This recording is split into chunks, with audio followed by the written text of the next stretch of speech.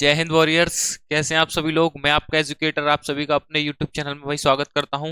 आशा करता हूं भाई आप एकदम स्वस्थ होंगे और मस्त होंगे। So without wasting any time full concentration effort और डेडिकेशन के साथ मेरी बातों को ध्यान से सुनते चलेंगे और अपने माइंड में भी सेट करते चलेंगे। जैसे कि आपको पता है वोकेबलरी का हमारा एकदम जबरदस्त सेशन चल रहा है। तो पार्ट सेकंड है आज हमारा, डे सेकंड है, जिसमें कि आपके साथ में most important repeated idioms and phrases आपके साथ डिस्कस करूंगा। ठीक है। और जो कि आपके एग्जाम के पॉइंट ऑफ व्यू से बहुत ही ज्यादा हेल्पफुल एंड सफिशिएंट इंपोर्टेंट होने वाले हैं। Got it. So I am audible and visible और नॉट, तो प्लीज कमेंट मी। तो दोस्तों स्टार्ट करते हैं। Listen to me carefully. हम यहाँ पे 1 से लेकर के 10 तक हमने कल ईडियम्स डिस्कस किए थे। ये आप चेक कर सकते हैं कि मोस्ट रिपीटेड है या नहीं। तो मैं इस बात की गारंटी लेता हूं कि ये मोस्ट इंपोर्टेंट रिपीटेड है। आप किसी भी बुक में चेक कर सकते हैं। ठीक है दोस्तों। This PDF is sufficient for all over SSC, है ना। तो मैंने डाल रखा है, आपने देख रखा होगा शायद, पहले भी मैंने इन्फॉर्मेशन दी थी। Got it. तो देन चलिए आगे बढ़ते हैं विदाउट वेस्टिंग एनी टाइम। देखिए दोस्तों, यहाँ से मैं आज 11 से स्टार्ट करूंगा। ठीक है भाई। मोस्ट इंपोर्टेंट रिपीटेड सिनोनिम्स जो कि आपके पीवाई को हैं 2016 से लेकर 2022 तक के बीच में मिड में जो भी जितने भी आए हुए हैं। ठीक है। और वोकेबलरी का पोर्शन है दोस्तों। ठीक है। तो फर्स्ट ऑफ ऑल ऑफ आपके सामने ये लगा देते हैं हम, question number 11 on your skin. ठीक है भाई, ध्यान से समझना है। बहुत ही ज्यादा बेस्ट तरीके से मैंने आपके सामने इसको डिस्कस करूंगा। ठीक है, सिंपल सरल वे में। तो भाई विदाउट चलते हैं। क्वेश्चन है आपका, अ वाइल्ड गूज चेस्ट। ठीक है दोस्तों, क्या है अ वाइल्ड गूज चेस्ट। देखिए इसका मतलब क्या होता है, पहले मतलब समझना है हमें। जैसे हमको बिना किसी चीज को जाने, बिना किसी चीज को पढ़े उसकी खोज करना, उसकी डिस्कवरी करना, तो डेट इज कॉल्ड वाइज गुज चेस। ठीक है भाई दोस्तों। तो इसको हम बोल सकते हैं निरर्थक खोज, बेकार की खोज। ठीक है दोस्तों, क्या बोल सकते हैं, निरर्थक खोज। तो हम इसको बोलते हैं निरर्थक, निरर्थक खोज, निरर्थक खोज करना। Got it. यहाँ पे ये है आपका इसका हिंदी मीनिंग। एंड आप इसका इंग्लिश मीनिंग देख सकते हैं फ्रेजेस जैसे फ्लर्ट रिसर्च, ठीक है, अनप्रॉफिटेबल एडवांटर। ये दोस्तों क्या लिख रहा है, अनप्रॉफिटेबल एडवेंचर। तो ये इसके दो मीनिंग्स हैं। पेपर में आपका कोई सी भी इस टाइप का आपका मीनिंग देखे आप उसको टिक कर सकते हैं। ठीक है भाई। सो यहाँ पे आपको अच्छी तरीके से क्लियर हुआ होगा। आप इसको एक बार और रिपीट कीजिएगा। ठीक है, नोटबुक में लिखते चलिएगा। ठीक है दोस्तों, ये मीनिंग्स मैंने वही लिए हैं जो ज्यादातर रिपीटेड हुए हैं एग्जाम के अंदर। Got it. चलिए देन नेक्स्ट आगे की ओर मूव करते हैं। Question number 12 on your screen. ठीक है भाई, व्योरी द हेडसेट। ठीक है, व्योरी द हेडसेट का मतलब है, देखिए, टू मेक पीसेस। यस का दूसरा मीनिंग क्या है, फॉरगेट द पास्ट क्वेरल। ठीक है भाई, इसका मतलब है झगड़ा खत्म करना। लिख रहा है ना भाई मीनिंग में, व्योरी द हेडसेट। भाई पेपर में हर मतलब आया हुआ है रिपीटेड, कम से कम भी एसएससी में मैंने देखा था। ब्लैक बुक जो बुक है उसमें भी, या फिर किसी अदर राइटर की जो भी बुक है, ठीक है, नेकल वाली भी आती है, एसएससी की करंट की भी आती है, उसमें ये 13 to 15 टाइम रिपीट हुआ है ये वाला। ठीक है, इडियम्स ब्योरी द हेडसेट, इसका मतलब है झगड़ा खत्म करना। क्या है दोस्तों, झगड़ा खत्म करना। तो इसका मतलब मैं यहाँ पे लिख दे रहा हूँ, क्या है इसका, झगड़ा खत्म करना। इसका मीनिंग हिंदी है दोस्तों, झगड़ा खत्म करना। सो गॉट इट। यहाँ पे आपको ये समझ में आ गया होगा, झगड़ा खत्म करना। ठीक है। तो इसको बोल सकते हैं टू मेक पीसेस या फॉरगेट पास्ट टू कैरल। जो पिछली बातें होती हैं उनको फॉरगेट करना। ठीक है, खत्म करना झगड़े को। ठीक है, आप इन दोनों को याद कीजिएगा। ठीक है, रिपीटेड है। And then next question number 13 on your screen. ठीक है भाई, ध्यान से देखिए, थ्रो थिक एंड थिन। क्या है दोस्तों, थ्रो थिक एंड थिन। ये तो बहुत ही सिंपल है, इसका मीनिंग समझिए, सपोर्ट अंडर ऑल सर्कमटेंस। क्या है दोस्तों, support under all circumstance, support under all circumstance. ठीक है दोस्तों, मतलब कि इसको बोल सकते हैं थ्रो थिक एंड थिन को, मतलब कि किसी भी प्रकार से, ठीक है, किसी भी प्रकार से, ठीक है, या हर हाल में प्रयास करना। क्या बोल सकते हैं, इसका यही ठीक मीनिंग है। क्या है, हर हाल में, हर हाल में, एनी कंडीशन। ठीक है दोस्तों, तो इसका बोल सकते हैं सपोर्ट अंडर ऑल सर्कमटेंस। ठीक है, थ्रो थिक एंड थिन, इसका हिंदी मीनिंग क्या है, हर हाल में मुमकिन प्रयास, ये बोल सकते हैं। इसका मीनिंग फ्रेजेस बोल सकते हैं, सपोर्ट अंडर ऑल सर्कमटेंसेस। ठीक है दोस्तों, क्वेश्चन नंबर 13 आपको अच्छी तरीके से ईडीएम से समझ में आ गया होगा, ठीक है भाई। Then question number 14 on your screen. आगे क्वेश्चन की ओर मूव करते हैं भाई, एकदम बेहतरीन जबरदस्त है, आप उसको पढ़िएगा, ठीक है दोस्तों। Got it? एक बार कमेंट करके बताइए I am audible and visible और नॉट, ठीक है भाई। चलिए, so please comment on the comment box. चलिए, to read between the lines, भाई एकदम बेहतरीन है ये इडियम्स। क्या है? To read between the lines, ठीक है। अब to read between the lines को बोल सकते हैं जैसे कोई बात छुपी हुई है उसको बोलना, ठीक है, या कोई भाव छुपा हुआ है उसको बोलना, मतलब कह सकते हैं अनकहने भाव को कहना या छुपा हुआ अर्थ निकालना। इसको क्या बोल सकते हैं? To read between the lines, ठीक है। तो यहाँ पे इसका हिंदी मीनिंग हो जाएगा छुपा हुआ, मतलब इसको बोल सकते हैं छुपा हुआ। इधर लिख देता हूं मैं, छुपा हुआ अर्थ निकालना। क्या निकालना दोस्तों? जो छुपे हुए अर्थ निकालना, ठीक है। या फिर इसको एक और तरीके से बोल सकते हैं या करके, अनकहने भाव को कहना। कौन से भाव को दोस्तों? अन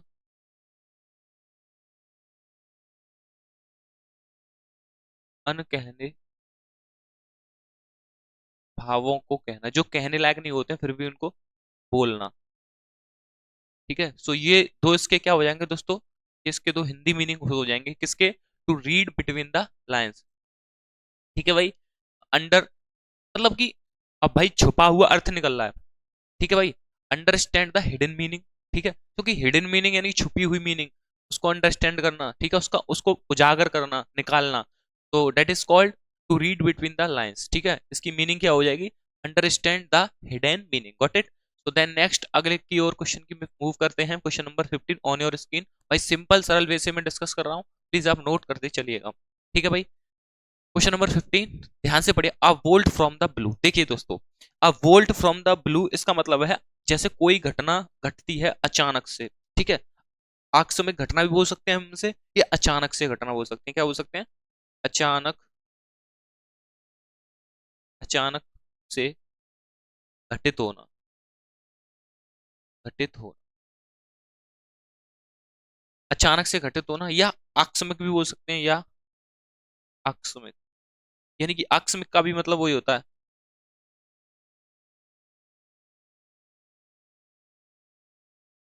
आकस्मिक घटना, जो घटना बिना बताए घट जाए, है ना।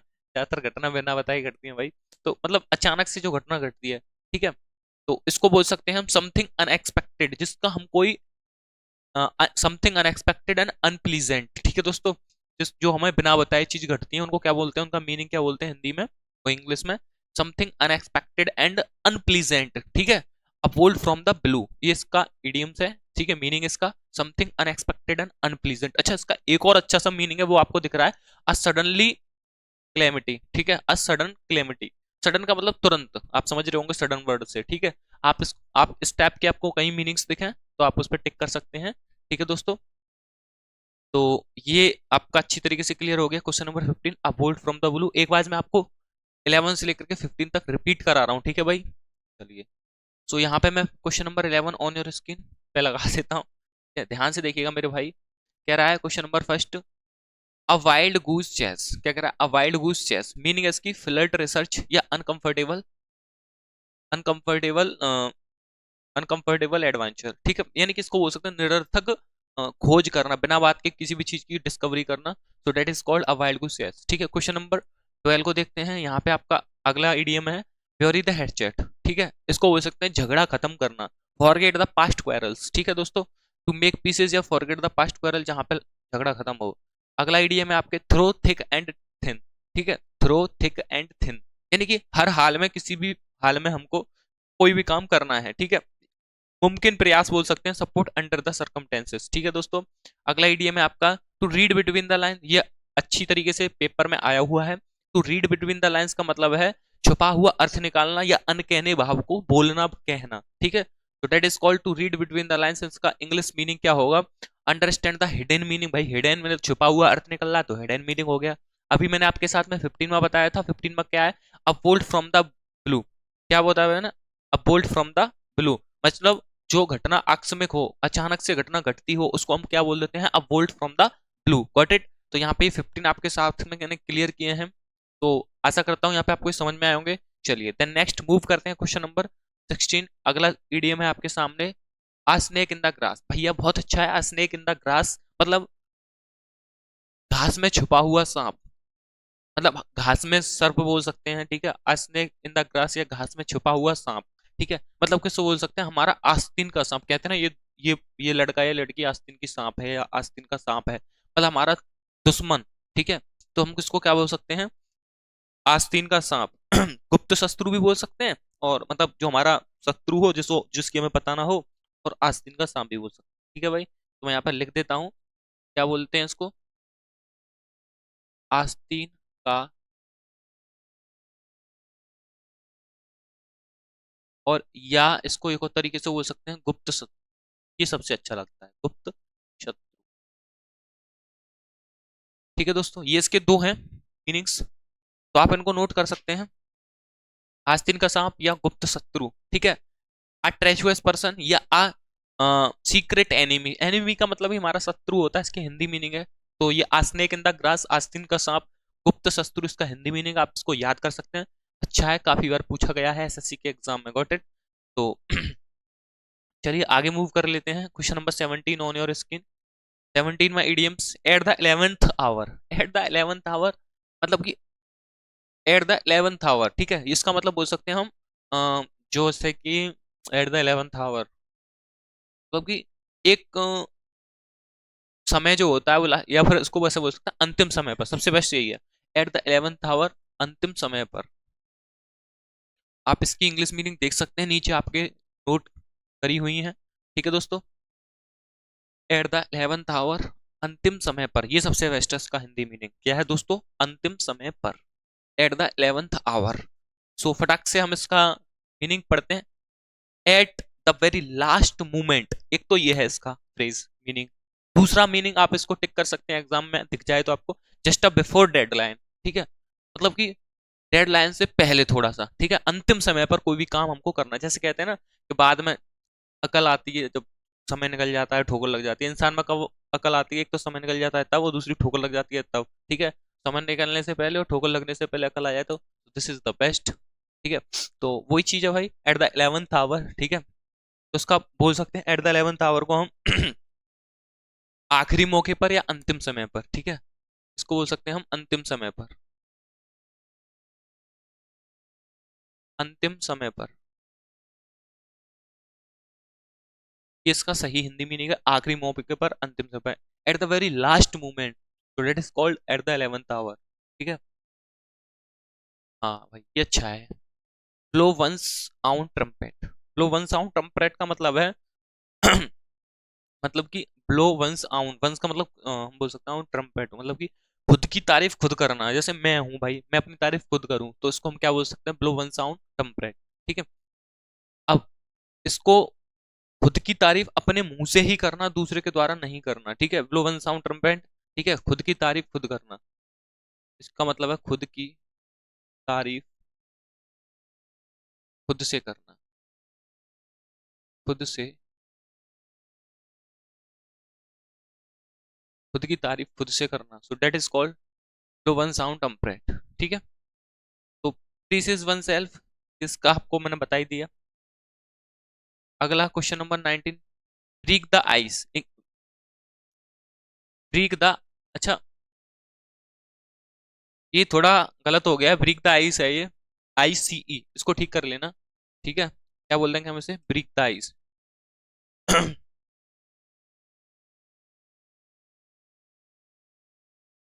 ब्रीक,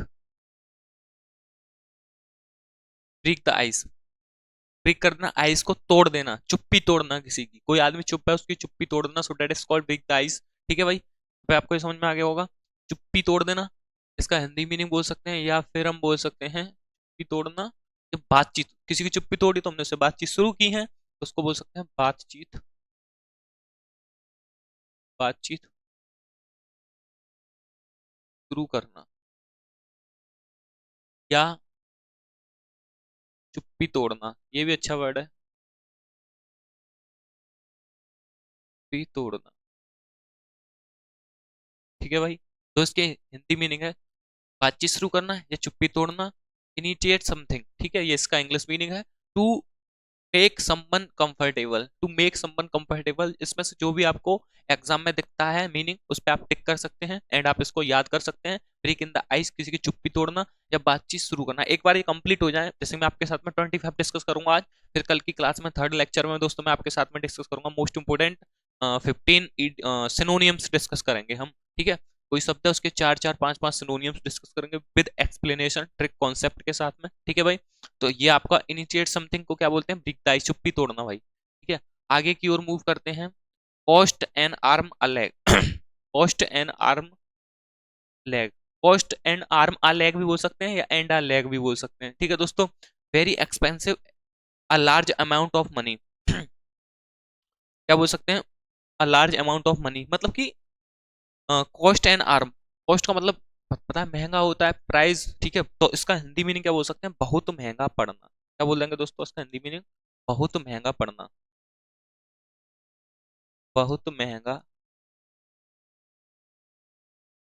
पड़ना। तो डेट इज कॉल्ड, क्या है आपका ये, कॉस्ट एंड आर्मर लैग। ठीक है, इसका इंग्लिश मीनिंग क्या होगा आपको पता है, आपके सामने दिख ही रहा है स्क्रीन पर आपको, वेरी एक्सपेंसिव। ठीक है दोस्तों, वेरी एक्सपेंसिव और a large amount of money, यानी कि बहुत महंगा पड़ना। इस तरीके से आप इस पर टिक कर सकते हैं, आपको दिखता है तो आप इसको नोट कर लीजिएगा। Then next question number 20 on your screen, फटाक से आप इसको नोट कीजिए और कमेंट बॉक्स में कमेंट करना बिल्कुल ना भूलिएगा। ठीक है भाई, कल हमारा थर्ड लेक्चर रहेगा जिसमें कि आपके साथ मैं फिर बता रहा हूँ आपको मैं टॉप 15 जो ज्यादातर सीएस ने कंडक्ट कराए एसएससी के एग्जाम में पूछे गए हैं, खासतौर से एसएससी जीडी, एसएससी सीजीएल। ठीक है दोस्तों, वो मैं आपके साथ में 15 सिनोनियम डिस्कस करूंगा जो कि आपके एग्जाम के पॉइंट ऑफ व्यू से बहुत ही ज्यादा हेल्पफुल एंड सफिशिएंट इंपॉर्टेंट होने वाले हैं। सो 21 में देखिए, लीव्स नो स्टोन अनटर्न, क्या है दोस्तों, लीव्स नो स्टोन अनटर्न, मतलब किसी चीज में से नहीं निकलना यार। लीव्स नो स्टोन अनटर्न का मतलब क्या है, किसी भी चीज में से नहीं निकलना, है ना। जैसे कोई आदमी पढ़ाई में घुस गया तो फिर घुस ही गया, उसमें से नहीं निकलना। जैसे आदमी की कोई बिजनेस में पड़ गया तो उसे बिजनेस में ही पढ़ना है, उसमें से नहीं निकलना। मतलब कि अपने आप को छोड़ना नहीं है, आप जिस भी फील्ड में हैं उसमें अपना आपको 100% देना है। तब आपको, इसको हम शॉर्ट में फिर क्या बोल सकते हैं, लीव नो स्टोन अनटर्न। ठीक है, लीव नो स्टोन अनटर्न मतलब कि खून पसीना एक करना। ठीक है, हर हाल में मुमकिन प्रयास। ठीक है, खून पसीना एक करना, तो इसका मैं हिंदी मीनिंग यहाँ पे लिख देता हूँ। हाँ, तो इसका मतलब है खून पसीना एक करना। क्या है दोस्तों, खून पसीना, आप नोट कीजिएगा, खून पसीना एक करना, खून पसीना एक करना या मुमकिन प्रयास करना, या इसको एक और तरीके से बोल सकते हैं, क्या, मुमकिन प्रयास, मुमकिन प्रयास करना। So that is called leave no stone unturn. ठीक ठीक है दोस्तों, तो यहाँ पे आपको समझ में आएगा, to make all possible effort, to make all possible efforts. ठीक है भाई, यहाँ पे क्लियर है आपको ये, 21 में मैंने आपके साथ में क्लियर कर दिया है। चलिए आगे की ओर मूव करते हैं, question number 22 on your screen, फटाक से आप इसका आंसर दे दीजिए, जल्दी से, जल्दी से आंसर दे दीजिए दोस्तों।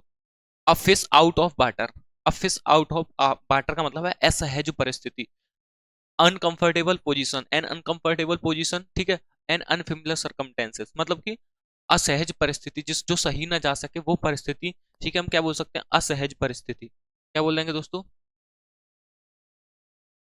पर मैं नोट कर देता हूँ, यहाँ पे लिख देता हूँ, असहज परिस्थिति,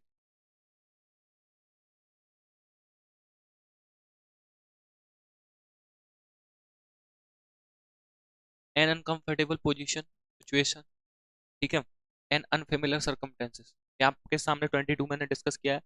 23 on your screen, eight the drop of a head time. ठीक है बहुत अच्छा है, eight the drop of a head time, मतलब कि, मतलब कि इसको बोल सकते हैं एट द ड्रॉप, छोड़ देना, अ, बहुत तेज बिना किसी हिचकिचाहट के, इसका सरल तरीके से बोल रहा हूं मैं आपको, क्या, बहुत तेज बिना किसी हिचकिचाहट के किसी भी बात को बोल देना या किसी भी वर्क को कर देना। So that is called at the drop of a head, या हेड बोल दो या डैम बोल दो। ठीक है, तो बिना किसी हिचकिचाहट के कोई भी काम कर देना, तो that is called at the drop of the dam. ठीक है, दोनों में से कोई भी हो सकते हैं। इसका मीनिंग क्या होगा जो आपको एग्जाम में दिखेगा, विदाउट एनी हेजिटेशन। भाई हेजिटेशन नहीं है, वो बिना किसी हिचकिचाहट के वो बोल रहा है, बिना किसी हिचकिचाहट के, बिना किसी हेजिटेशन के किसी वर्क को कर रहा है। सो that is called at the drop of time. ठीक है भाई, या इनिशियली किसी चीज को इनिशियली कर रहा है वो। Question number 24 on your screen. ठीक है, वी ऑल ईयर्स। ठीक है दोस्तों, क्या है वी ऑल ईयर्स?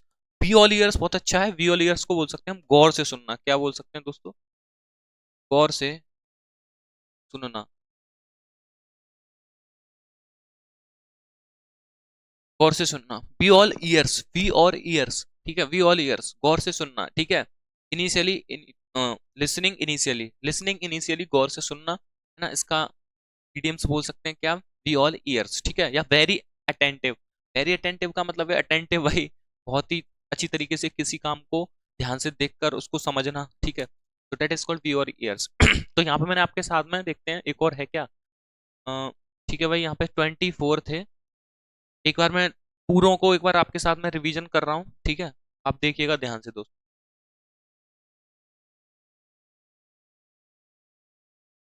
क्या आ गया आपके सामने 11 में? ठीक है भाई, अब मैं आपके सामने बता रहा हूँ, देखिए। आपको दिख रहा है वाइल्ड गुस चेस। वाइल्ड गुस चेस का मतलब क्या है आपका? निरर्थक खोज। ठीक है भाई, कोई बेकार खोज करना। ब्यूरी द हैचेट, इस इडियम का मतलब हिंदी क्या है? झगड़ा खत्म करना। फॉरगेट द पास्ट क्वारल्स, आप इसकी मीनिंग्स देख सकते हैं। मैं एक बार फर्स्ट फास्ट रिवीजन कर रहा हूँ। ठीक है दोस्तों, question number 13 on your screen. Through thick and thin. Through thick and thin का मतलब क्या है? हर हाल में मुमकिन प्रयास करना। ठीक है, ये मैंने आपको बताया था। Question number 14, to read between the lines. To read between the lines का मतलब है आपका छिपा हुआ अर्थ निकालना, यानी कि अनकहने भाव को कहना, अनकहने भाव को बोलना। ये भी मैंने आपको बताया था। ठीक है भाई, क्वेश्चन नंबर 15 पे बढ़ते हैं आगे। तो अब वोल्ट फ्रॉम द ब्लू। अब वोल्ट फ्रॉम द ब्लू का मतलब ऐसी कोई घटना जो बिना बताए घटती हो, या बोल सकते हैं हम आकस्मिक घटना। ठीक है, तो इसको क्या बोल देंगे इडियम्स के तौर पर? अब वोल्ट फ्रॉम द ब्लू। बताइए, यहाँ पे क्लियर हो गई ये बात? चलिए, क्वेश्चन नंबर 16 आपके सामने है। स्नेक इन द ग्रास, कोई सांप है वो ग्रास में है, यानी कि घास में है, छुपा हुआ है। तो इसीलिए हम क्या बोल देंगे? छुपा हुआ शत्रु, छुपा हुआ दुश्मन, गुप्त शत्रु। ठीक है, आस्तीन का सांप, कुछ भी बोल सकते हैं इन चीजों में से हिंदी में इसको। स्नेक इन द ग्रास को। ठीक है, a treacherous person, a secret enemy. Secret enemy. आगे बढ़ते हैं। At the 11th hour. At the 11th hour का मतलब अंतिम समय पर, लास्ट मौके पर या तो सुधर जाना या किसी अच्छे फिर उस काम को ठीक से करना। ठीक है भाई, very at the very last moment. ठीक है, जस्ट बिफोर द डेडलाइन, ये भी मैं आपको बताई थी meanings. Blow one's own trumpet. Blow one's own trumpet का मतलब है खुद की तारीफ खुद करना, अपने मुंह पर मुंह मिठा बनना। ठीक है, खुद की तारीफ खुद ही कर देना। ठीक है भाई, ये मैंने अभी आपको भी एक्सप्लेन करके बताया था। Precious one self. ठीक है भाई, ब्रेक द आइस, किसी की चुप्पी तोड़ देना। क्या भाई? चुप्पी तोड़ देना, बातचीत शुरू करना, ये भी मैंने आपको बताया था। ठीक है, आगे cost and armour lag. Cost and armour lag का मतलब क्या है? बहुत बहुत महंगा पड़ना, बहुत महंगा पड़ना भी बोल सकते हैं। ठीक है भाई से, तो very expensive. Leave no stone unturned. Leave no stone unturned का मतलब है खून पसीना एक करना। ठीक है, to make all possible efforts, अपने हर एक एफर्ट को लगाना, 100% देना अपना। तो that is called leave stone, leave no stone unturned. आगे 22, a fish out of water का मतलब है असहज परिस्थिति। ठीक है, जो अनकंफर्टेबल सिचुएशन, पोजीशन होती है, अनफेमिलियर सर्कमटेंस जो होती है हमारी। ठीक है भाई, question number 23 on your screen. Eight the drop of a head बोल दो, क्या eight the drop of a dam बोल दो। ठीक है दोस्तों, इसका मतलब क्या है आपका?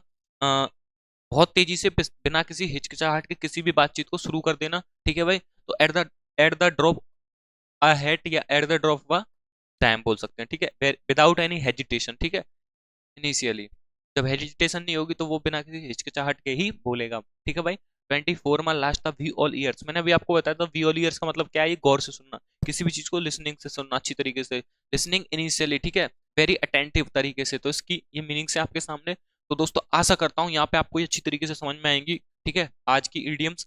कल की क्लास जिस किसी बहन भाई ने नहीं देखी हो, पहले आप first of all of I will say you, आप उस क्लास को जरूर देख लीजिए। देन फिर इस क्लास को देखिएगा, क्योंकि 1 से 10 तक मैंने उस फर्स्ट क्लास में कराए थे इडियम्स इंपोर्टेंट, और 11 से आज 24 तक मैं इस क्लास में करा रहा हूँ। फिर अगली कभी जब क्लास होगी तो उसमें मैं 25 से स्टार्ट करूंगा। वैसे मैं थर्ड लेक्चर में, तीसरे लेक्चर में कल सिनोनियम्स डिस्कस करूंगा आपके साथ में। ठीक है दोस्तों, क्या? सिनोनियम्स। ठीक है, पर्यायवाची शब्द। ठीक है भाई, जिसमें कि मैं आपके साथ 15 करूंगा और एक सिनोनिम्स के कम से कम 5 5 4 4 मीनिंग्स होंगे विद एक्सप्लेनेशन कॉन्सेप्ट ट्रिक के साथ में। ठीक है दोस्तों, कैसी लगी वीडियो?